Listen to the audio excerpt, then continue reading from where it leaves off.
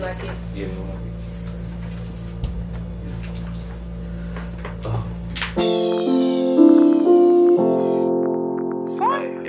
Alright, y'all, you already know what the fuck going on. It's Big Wild, your favorite slime, Rasta, and this is another episode of the Green Room. Got two fabulous guests with me, and this is a special episode because this is the first time we have women in the Green Room. The last few episodes all been men, so I'm happy to be around some feminine energy. It's lit. But before we get into introducing y'all and all that good shit, gotta set the mood right. Gotta open a little bottle, you know what I'm saying? Get the libations in here and all that good shit. But while I'm doing this, y'all go ahead and introduce yourselves. Tell them where they can find y'all online, what y'all got going on, what y'all working on. If there's anything you put out recently, anything you want to plug, all that good shit. Yeah, go ahead. What's up, y'all? My name is Marie Poli. I'm representing Raleigh, North Carolina. I'm a singer, rapper. I just dropped a song like February called Bed Noises, so that's still out right now on all platforms. But all my songs are on all platforms. So I'm also working on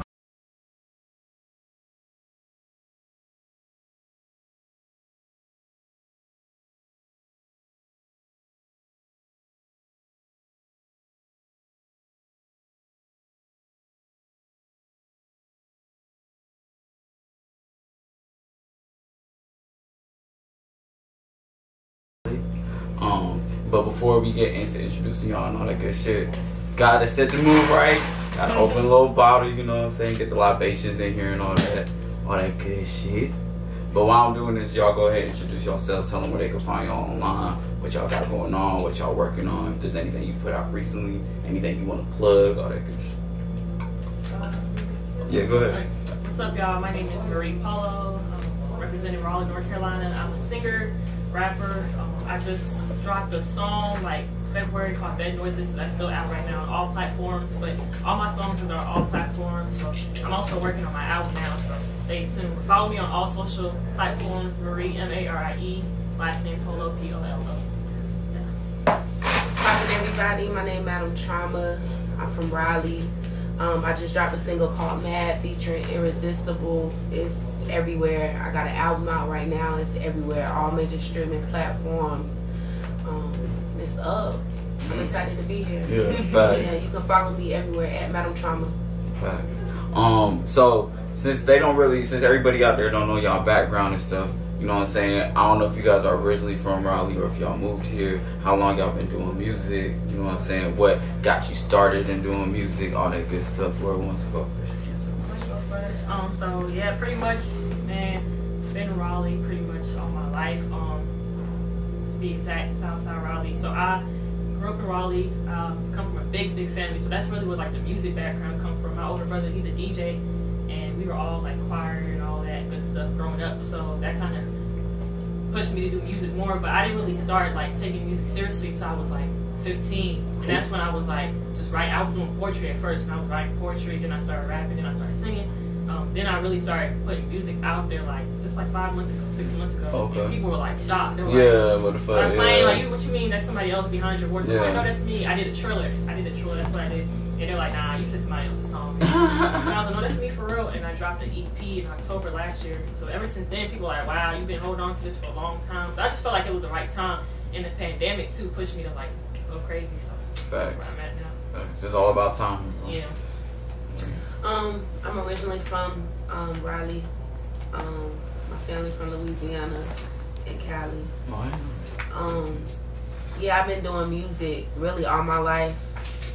Just like the Queen was saying, I grew up in a Southern Baptist church, so I was always in a choir, ushering, like doing something in the church. That's why I really fell in love with music. And then throughout school, I participated in like band, choir, you know, course, things like that. What pushed me to do music was I had a real bad anger problem. And I just had to basically figure out a way to harvest that energy and to put it into something else. So yeah, I ended up going to prison, and when I came home from prison, that's when I really hit the gas on the rap shit.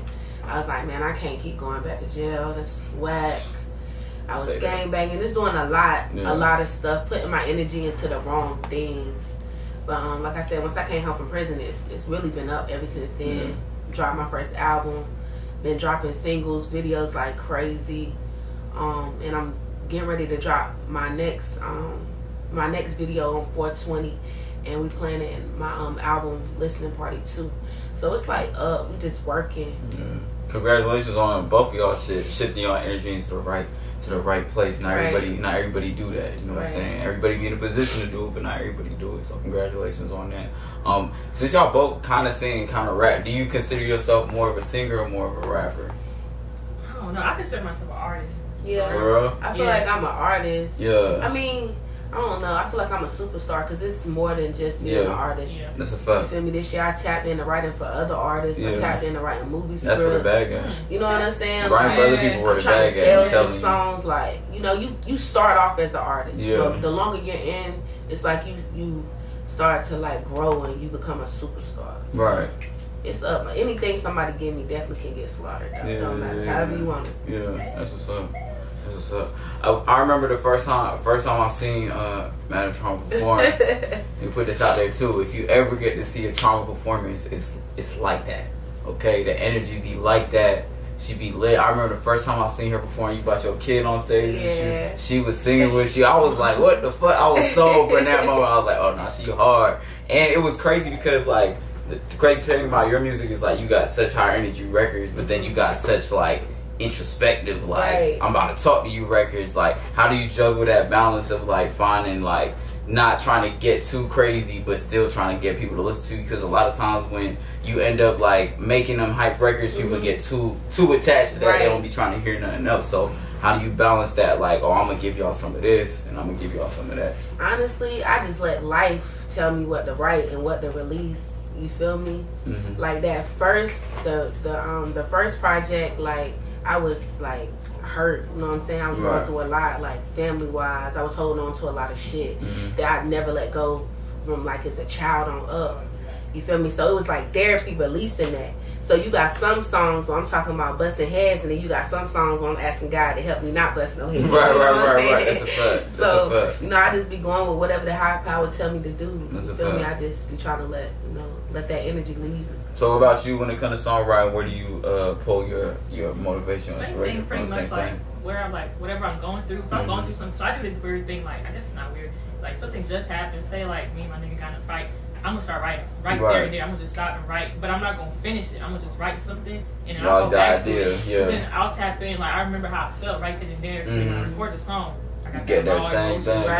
Yeah, that's what I try to do. But yeah, like anything I go through, that's how I put my music from. That's a fact. It comes from real space. So. That's a fact. So, like I said, since this is the first episode with females, I'm gonna ask y'all some female questions that I can't ask the males. So, what do y'all feel like is? I have my own opinion on this question too, so I can share my opinion too if y'all want. But what do y'all feel like is the advantages and the disadvantages to being a female, like pursuing a music career? Yeah. It's a good question because, you know, like my lane that I'm in is really like gangsta rap. Yeah. I really don't touch the provocative shit. Right. And there's nothing wrong with it. Yeah. You know what I'm saying? Like I've had some features with some females like that's their lane, provocative. Yeah. But I have a daughter, she's 7, so I'm more aware of like I'm her role model. Yeah. So before I'd rather her be a thot, I'd rather her be a gangster. Yeah. I mean that kind of sound messed up, but it's a fact. You know, like it is I what agree. it is. I got kids too. I agree with that statement. But as far as like benefits, man, I really don't think there's no benefit with being a female because for one, we got to go harder than any man. We got to go harder than any female. And then on top of that, it's always a competition. It can never be love. Like I can honestly say I'm one FemC that show all FemCs love. Every interview, name drop. Like it's no hate in my blood. But with men in the industry, they make women feel like it can only be one. Which is bullshit. It can be more than one. It's enough money for everybody. But people feed off that energy that they get from the competition. You know what I'm saying? And it's like, you know, I got 2 kids, you know, now 3 because I just had my daughter. She turned 3 months yesterday.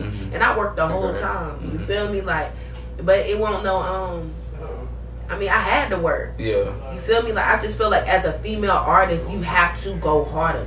You're outnumbered, and they want you to sell sex. I mean, to be mainstream, they want you to sell sex. Like, they want you to be provocative. They don't want to hear that gangster shit. Don't